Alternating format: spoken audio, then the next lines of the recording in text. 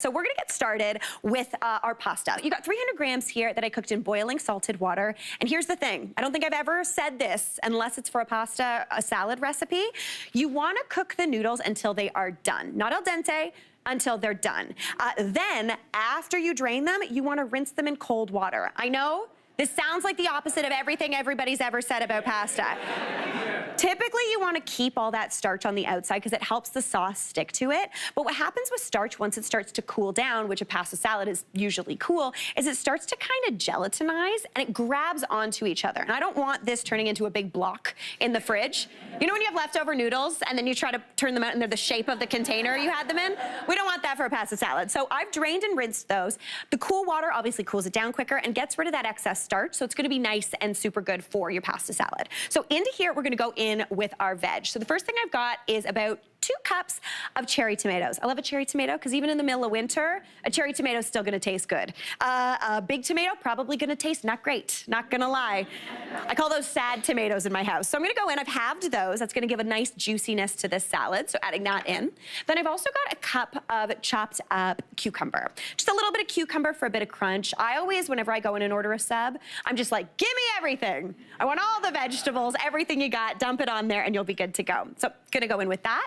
Then we're gonna go in with some bell pepper. So I've got a bell pepper here, and I wanna show you how to actually cut a bell pepper. So typically when I'm cutting it, you wanna remove kind of the insides, but I always like to cut it from the inside out. So not the skin down, but the inside out. Basically what's gonna happen here is it actually helps you get through that pepper. If your knife is not the sharpest knife in the world, this is gonna help you actually get through that pepper as opposed to like fighting with the skin. So you want about half a cup of that bell pepper.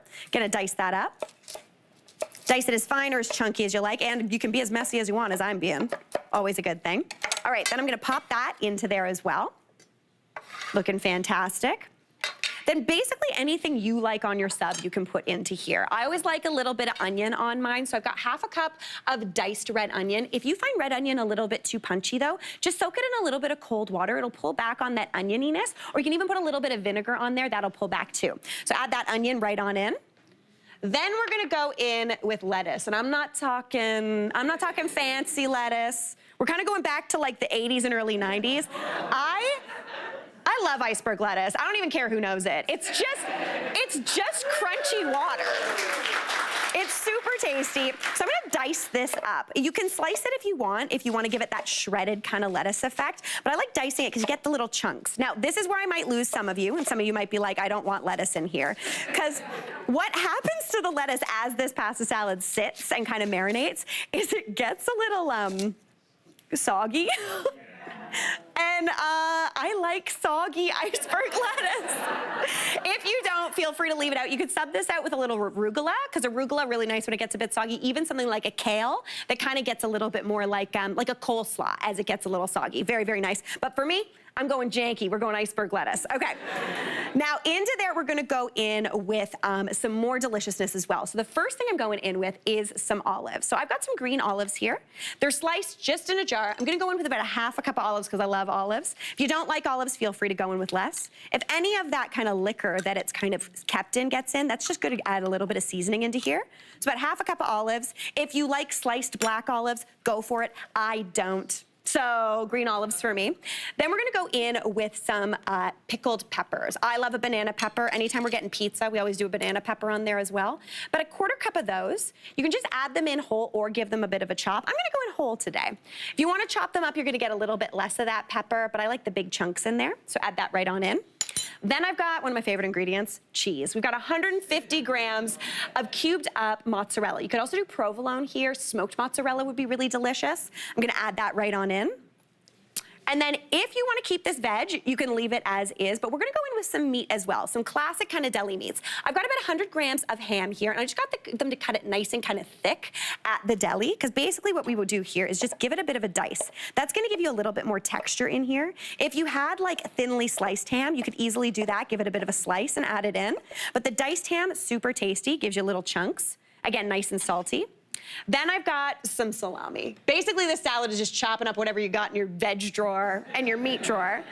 I'm gonna slice this though, again, about 100 grams of that, and I like keeping it a little bit long. That's gonna give you those nice pieces. If you wanted to go a little fancy, you could do some prosciutto in there. That would be amazing, but just a classic salami, really tasty. Just a Genoa. Okay, perfect. In we go. This is a big bowl. All right, now real quick for the dressing, super tasty. I've got a jar here. It's got about a quarter cup of white vinegar in here. Basically, I'm making like a sub sauce or the dressing you get at that chain Italian restaurant where you get unlimited salad and breadsticks. You know what I'm talking about? This is very good on an iceberg lettuce salad, I'm not gonna lie. I'm going in with a couple tablespoons of lemon, and there's some seeds in there, but that's fine, a little roughage, that's all good. Into there, I'm gonna go in with some mustard, just about 1.5 teaspoons of mustard. That's gonna help emulsify things and give you that mustardiness that you love on a sub. Gonna go in with, weirdly, 1 teaspoon of sugar. It's gonna balance everything out, make it taste like that sub sauce vibe. Then I'm gonna go in with 1 teaspoon of dry Italian seasoning. Nope, that's a lie. 1/2 teaspoon of dry Italian seasoning. If you do a whole one, I'm not mad at you. Then 1/4 teaspoon each of garlic and onion powder. The onion powder and garlic powder give you a really nice kind of cooked onion and garlic flavor without having to do anything, which is a dream. Add that on in as well. Perfect. Season that up with some salt and a little bit of pepper. And then for the oil, you could do olive oil, but for me, that classic salad dressing that I'm thinking of is typically made with a neutral oil. So any sort of neutral oil you have, you wanna go in with about 1/3 cup. I'm doing it in a jar today, because sometimes I do like making my dressings in a jar. Makes it super easy. All you do is pop everything in, pop the lid on, give it a good shake. Feel like you're making a cocktail. And then pop that right on top. That's gonna be absolutely fantastic. Okay, let's give this a good mix to combine. All you do is toss everything up. Honestly, I don't know about you, but when I get a sub, if it doesn't kind of look like this at the end of eating it on that little piece of paper, it's not a good sub. I want it to fall apart. This, honestly, let it sit in your fridge for a few minutes just to kind of get all those flavors together. But it's absolutely fantastic. Great for a party, super tasty if you're watching any sports or anything anytime soon. But it's a dream. Hey, Mary here. What did you think? Drop your comments below and don't forget to like and subscribe for more of the good stuff.